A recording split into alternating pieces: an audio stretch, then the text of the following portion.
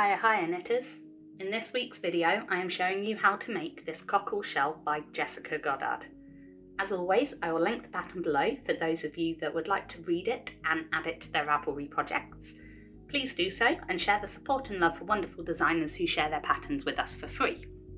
So I will be using this gorgeous mermaidy, it's just a baby yarn I've had for ages, and I've made a few blankets and things from it. But I think this will make a wonderful little mermaid inspired shell, so it should do the job nicely. Now to make this, I will be using one of our short fix circulars. This is, if I find it to show you, this is a sharp 4mm short fix circular. These are brilliant for sock knitting. I'm using this today for this pattern because it's quite a small cast on. I struggled to knit using straight needles when filming because I'm either going to keep hitting my desk or I'm going to hit my camera. So I opt for circulars because it's just easier. These ones in particular are brilliant for sock knitting. There are those who like to knit in magic loop, use DPNs or our flyers. Now, if you're only looking at knitting one sock at a time, these are perfect for just knitting in around. Simple, easy, you don't have to worry about placement of your loop for doing magic loop. You don't have to worry about holding 3 or 4 needles if you're using our flyers or DPNs. This is a nice simple way of doing things. If you haven't used them before or weren't aware of them, head to our website and give them a look because they are very handy. I will also need some scissors for this, and today I will be using my Art Deco leaf rainbow scissors. We sell our rainbow scissors in 4 patterns. This one, we also have guitar, unicorn and butterfly, but I have these ones and the guitar ones in my work stash because they're my favourite go-to ones. But perfect embroidery scissors for all different weights of yarn and very handy to have in your little accessory pouch. There's a few additional steps in making this up at the end, so you will need a darning needle, and I'll be using one of our Darnet darning needles, which come in, which if you're like me and always losing them, which I've done well not to lose these ones, they come in packs of 3, so you've always got one laying about. They come in 2 different options of colourways, and this is the purple, blue and orange selection. Now this is worked flat, but I did mention before my reasons for using fixed circulars, but I would suggest to anyone who has dexterity issues or find that they get strained here when they're knitting, give a go on circulars rather than using straights. Because your work is in the middle, that pressure is stretched out across both your arms and you're not feeling all the weight of your work on one arm and making that really tense.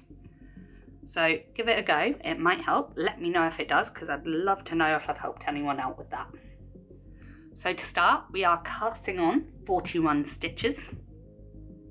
But I'll just slowly go over for you, as requested by a few of you guys. So start with your slip knot, which I tend to take the thumb, go around, pinch that together so you have a little loop, and then pull your tail through. That's how you get your slip knot. That's as clear as I can do it on here for you for now. Now to cast on, similar to what I just did, I have my tail yarn in my left hand and my yarn connected to my ball in my right hand. And you want to take the tail yarn, wrap your thumb around, and then slide that needle up the inside of your thumb and catch that loop. At this point, I move my needle to this hand, my left hand, and pinch needle in between. And then take the yarn in my right hand connected to my ball and put it over the tip. So it's there. And then using my thumb, put that loop I've made over the top. And that is 1. So it's a lot of steps. Hopefully this is clearer. I've got a different camera from when I started doing those videos, so this might be a bit clearer for you than my previous ones. But I'll just do it again. So yarn in this hand, thumb around, put that needle up the inside of your thumb and hold it there. Take the yarn connected to your ball over the top of the tip and in between your thumb and the tip, and then take the loop around your thumb over the top and pull. And that is, we've cast on 3 so far. So I'll show you one more time and then I'll just cut to the end of casting on, because I'm sure you don't want to watch me cast on 41 stitches. So one more time, thumb around, needle up, this yarn over the top and loop over. And that's how you do your long tail cast on. This is a really good stretchy cast on, and as you can see, once you mastered it, it's just a muscle memory cast on. You don't have to use the long tail cast on to do this. It is my preferred method. If you have another way of casting on, by all means, go for it. So yeah, I will be back with you in a second once I have cast on those 41 stitches. Okay, so that is my 41 cast on. We're going to start by repeating knit 1, purl 3, 9 times.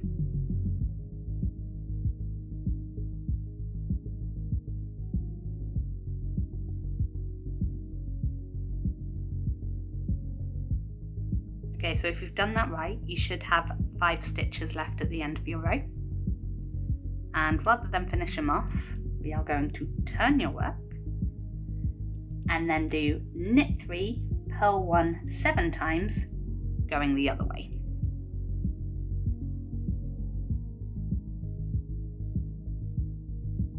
So in knitting, a short row is a form of knitting that helps create shape. Even though what we are now making feels like a lot more rows than one, this is still counted as one row, because by not completing the row, turning it and then going back, turning it, going back, helps shape it. You'll see at the end of this first row what I mean, and I'll show you. But typically short rows are used in shaping of socks, is the first place I came across them at least, and it helps create that heel shape. But I've also found them in short patterns, in some jumpers and some tops, just to create a more fitted shape. After doing the 7 repeats, you just want to knit 3,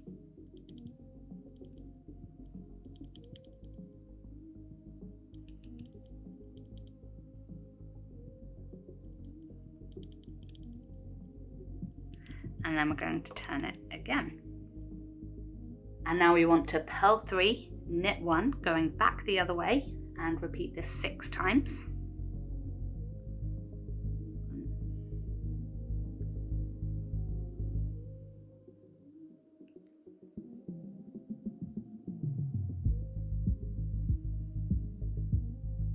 And once you have done those 6 repeats, you want to purl 3 before turning back.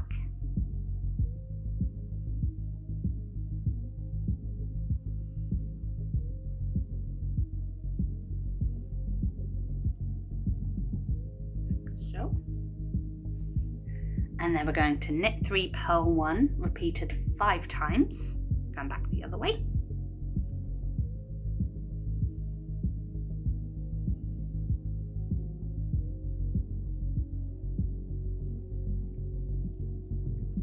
And before we turn again, we're just going to knit 3. And then it's purl 3, knit 1, repeated 4 times.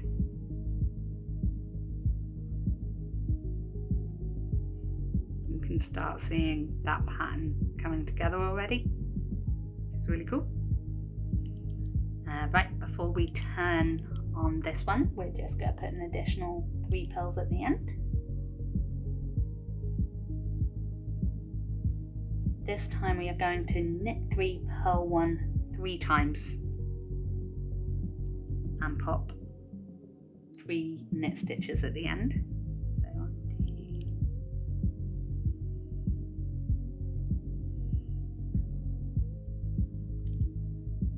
2, 3, and then turning. Yeah, you can definitely see that pattern coming through now. Hey. Cool.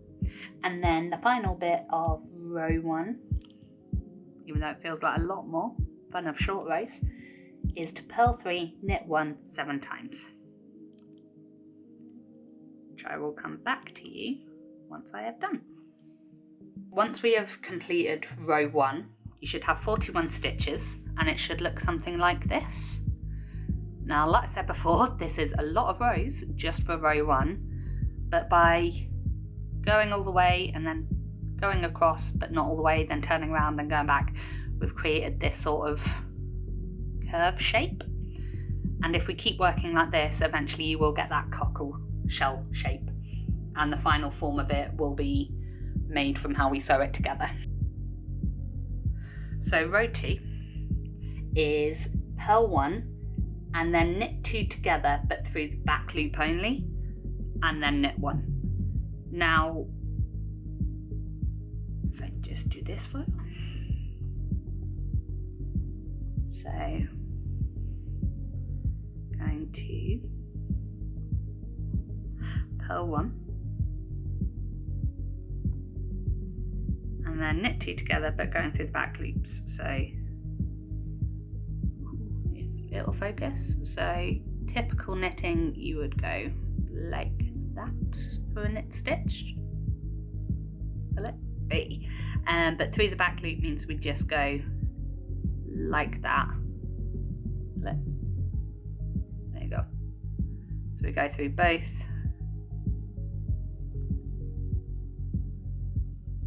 Through the back and knit those 2 together and then knit 1.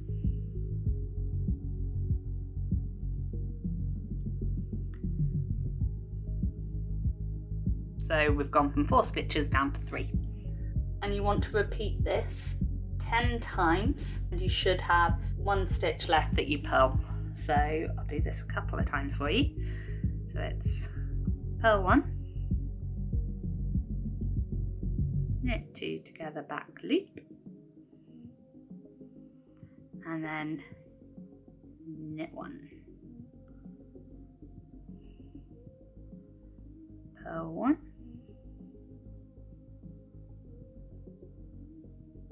knit 2 together in the back loop,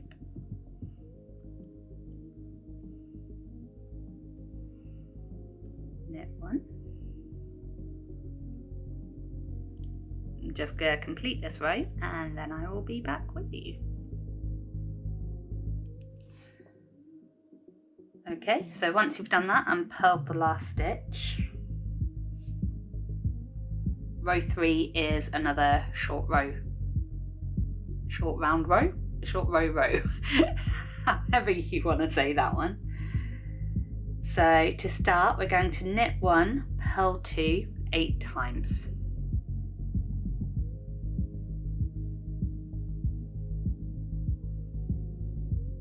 Now I am regretting at this point choosing my sharp fix circulars for this project and not using steel or bamboo, because our sharp needles are amazing for higher quality yarns, but because this is quite old, it is starting to fray, and our sharp needles are so sharp it will occasionally, like if I show you, it will poke right through it. However, these are perfect for like higher quality lightweight yarns, especially when sock knitting. You cannot fault our sharp needles. But hey ho, I am about halfway through this, so I'm committing now.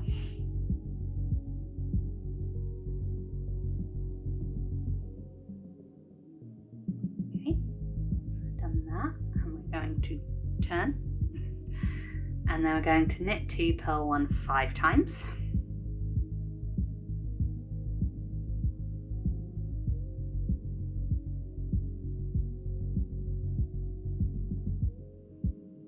So at the end of doing those 5 repeats, you want to knit 2 before we turn.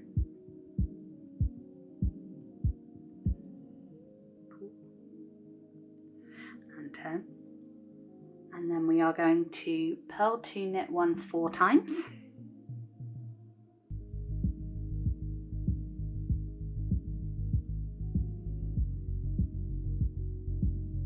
And then before we turn, you want to purl another 2.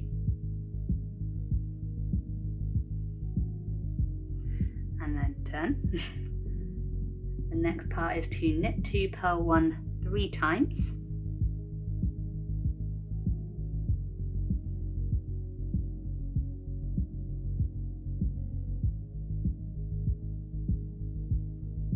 And before turning, we're just going to knit 2.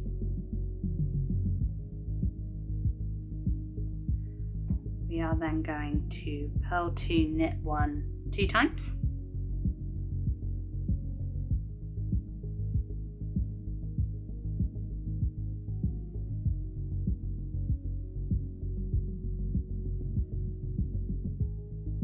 And before turning, we are going to purl 2 at the end.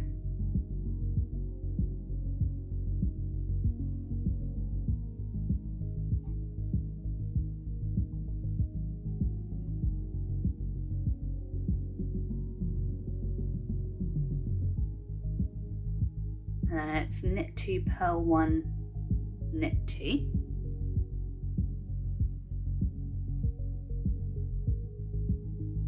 And then we turn, and it's purl 2, knit 1 6 times, which should take you to the end of this row. So I will see you at the end of that. So yeah, that's a start. Definitely forming its shape there. So for row 4, similar to row 2, is a decrease row. So we're going to be repeating purl 1, knit 2 together in the back loop all the way to the end, when we should have 21 stitches left. So I'll show you a couple to start off with, and then I'll cut to the end for you. So I'll have to get that all looped in the middle. Purl 1, knit 2 together in the back loop, like so. Purl 1,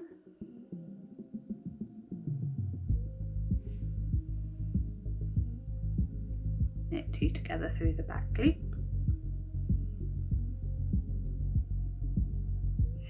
Again.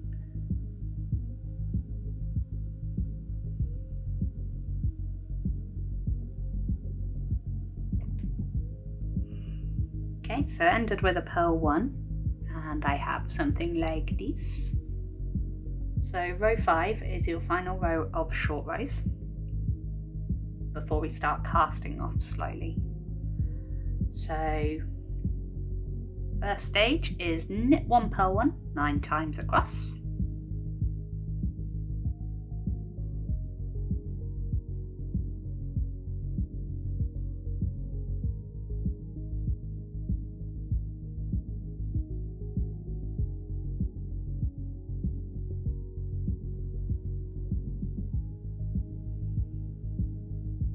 And then we're going to turn, and then we're going to knit 1, purl 1 7 times.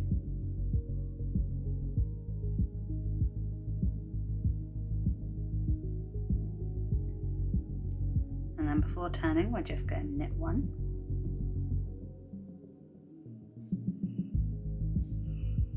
Right, so now I'm going to purl 1, knit 1 5 times.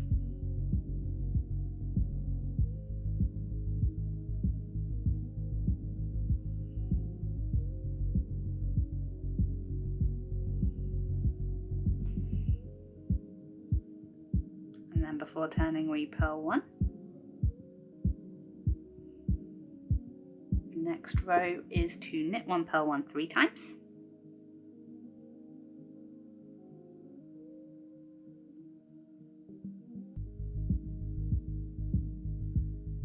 And then once again, before we turn, we're just going to knit 1. And then it's purl 1, knit 1 7 times until the end.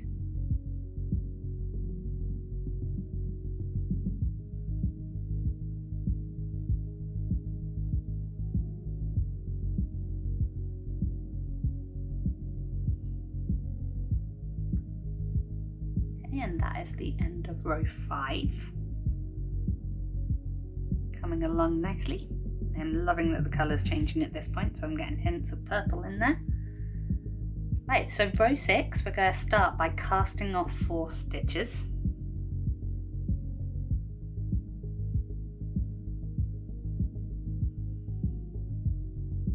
I'm just doing a basic cast off, so knitting 2, pulling the first loop over the second, knitting the third one, pulling that loop over it,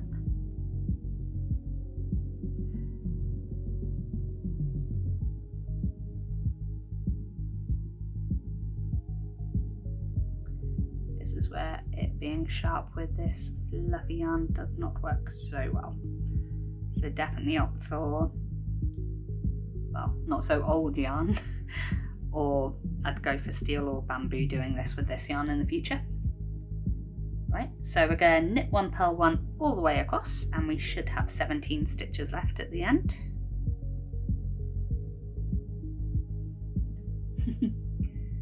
Cool, so there. Row 7 is similar, so we're starting by casting off 4. So cast off 4, and then we're going to knit 2 together across the next 6 stitches. So before we were knitting 2 together through the back, we're doing it traditionally now. So 1,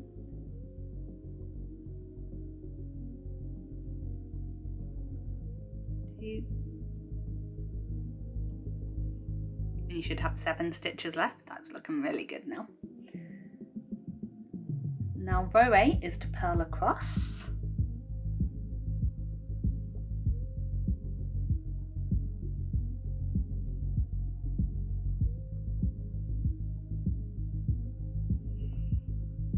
Row 9 is to knit 1 and then knit together 2 together 3 times, so you end up with 4 stitches.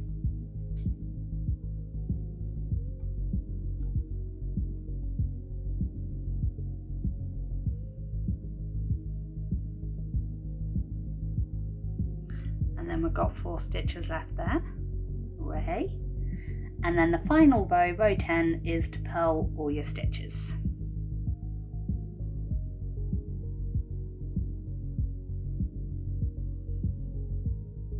And there you go.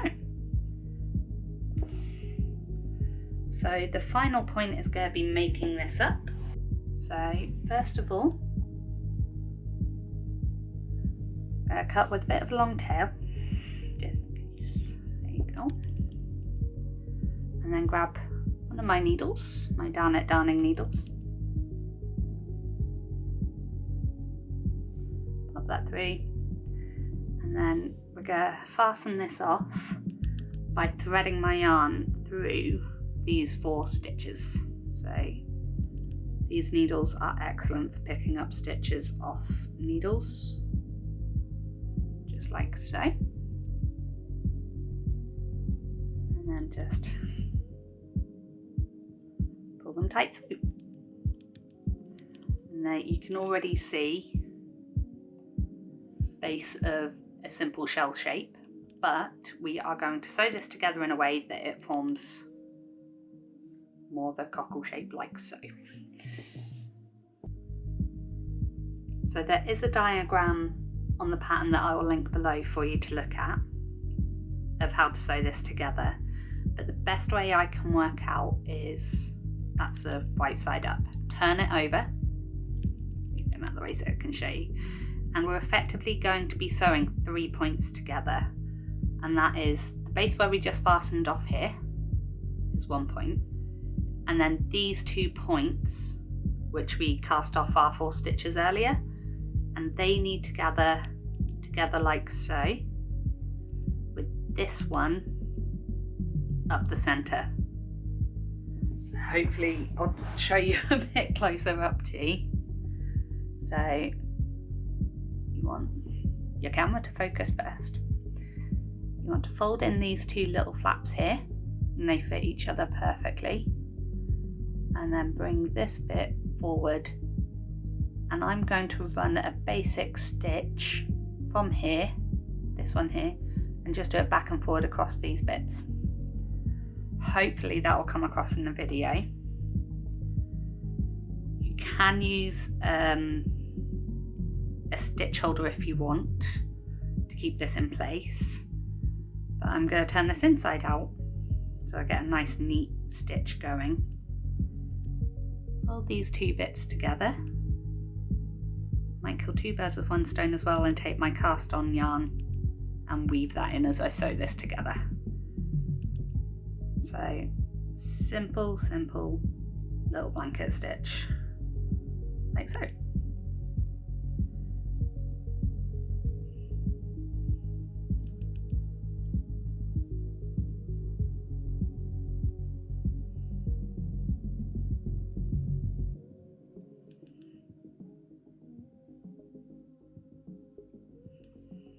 Then fasten that off,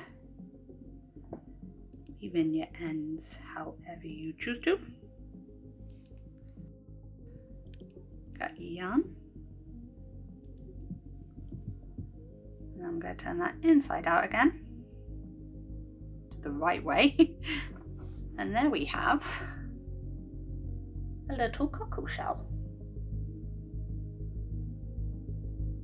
And here is my finished cockle shell. Now, this is a perfect little project for just tiny little decorations, especially if you choose a yarn similar to the one I've used. It's really good for those mermaid, unicorn obsessed friends we all have. I have seen in the original pattern there's a picture where she's put a pearl bead on the inside, but really they're just cutesy little decorations. They could be gifts, whatever you wish to do with them. So please let me know if you gave this pattern a try, but please don't forget to head to the original pattern, which I will link below, and show them some love. As ever, please like and subscribe for more updates from the world of HiyaHiyaEurope. I will pop a link to a list of our wonderful stockists below from whom you can purchase the tools I have used to make this. And if you are interested in becoming an official HiyaHiyaEurope stockist, there will also be a link to registration below too. So until next time, happy knitting!